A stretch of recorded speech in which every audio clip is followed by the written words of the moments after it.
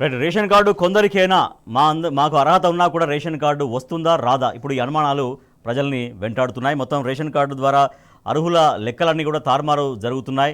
మొత్తం లబ్ధిదారుల సంఖ్యను సగానికి సగం తగ్గించేటువంటి ప్రయత్నం ప్రభుత్వం చేస్తోంది అన్న అనుమానాలు వ్యక్తమవుతున్నాయి.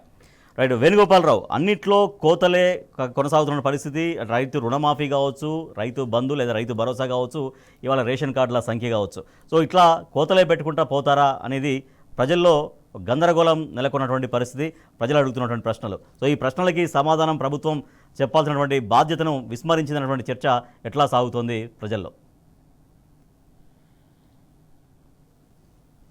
మీరు అన్నది 100% రాజేష్. ముఖ్యంగా చూసుకుంటే రైతు బంధు సంబంధించి చూసుకుంటే కూడా చాలా మందికి కూడా కొంతమంది రైతులకు రానటువంటి పరిస్థితి. మరోవైపు రుణమాఫీ విషయంలో కూడా చాలా మంది అంటే రైతులు కొంతమంది ఇప్పటికి కూడా బ్యాంకుల చుట్టూ తిరుగుతున్నటువంటి పరిస్థితి, వాళ్ళకు టెక్నికల్ ప్రాబ్లమ్స్ అని.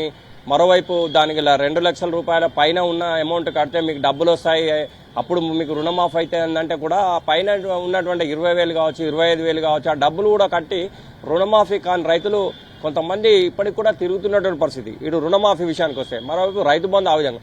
మరోవైపు ఇట్లా సన్న ఓట్లు కావచ్చు, దొడ్డు ఓట్లు కావచ్చు, అన్ని ఓట్లకు కూడా 500 రూపాయలు బోనస్ ఇస్తామని చెప్పినటువంటి పరిస్థితి. కానీ తర్వాత సన్న ఓట్లకే బోనస్ ఇస్తామని చెప్పినటువంటి పరిస్థితి.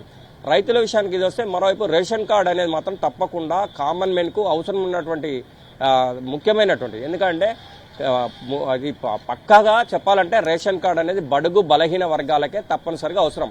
రేషన్ కార్డు ఉంటే వాళ్ళు ఎంతో హ్యాపీగా ఫీల్ అవుతారు. రేషన్ కార్డు ఉందంటే చాలా వాళ్ళొక గొప్పగా ఫీల్ అవుతారు. కానీ అలాంటి రేషన్ కార్డు కోసం కొత్తగా ఎవరైతే అప్లికేషన్ పెట్టుకున్నారో వాళ్ళ పేరు లేదు అని చెప్పినప్పుడు చాలా ఆందోళనకు గురే అవకాశం ఉంటుంది. అందుకే ఇప్పటికైనా ప్రభుత్వం ప్రజాపాలన పేరిట తీసుకున్నటువంటి ప్రతి ఒక్క అప్లికేషన్ను పర్యవేక్షించాల్సిన అవసరం ఉంది, దాన్ని పరిశీలించాల్సిన అవసరం ఉంది. ప్రతి అర్హులైన లబ్ధిదారునికి ఇవ్వాల్సిన అవసరం ఎంతైనా ఉంది. కానీ కొంతమందికే ఇచ్చి కొంతమందికి ఇవ్వకుండా ఉంటే మాత్రం రేపు జరిగే గ్రామ సభలే కావచ్చు, ఇంకేదైనా కావచ్చు, మంత్రులే కావచ్చు, ఎమ్మెల్యేస్ కావచ్చు, వచ్చినప్పుడు తప్పకుండా ప్రజలు అడిగే అవకాశం ఉంటుంది.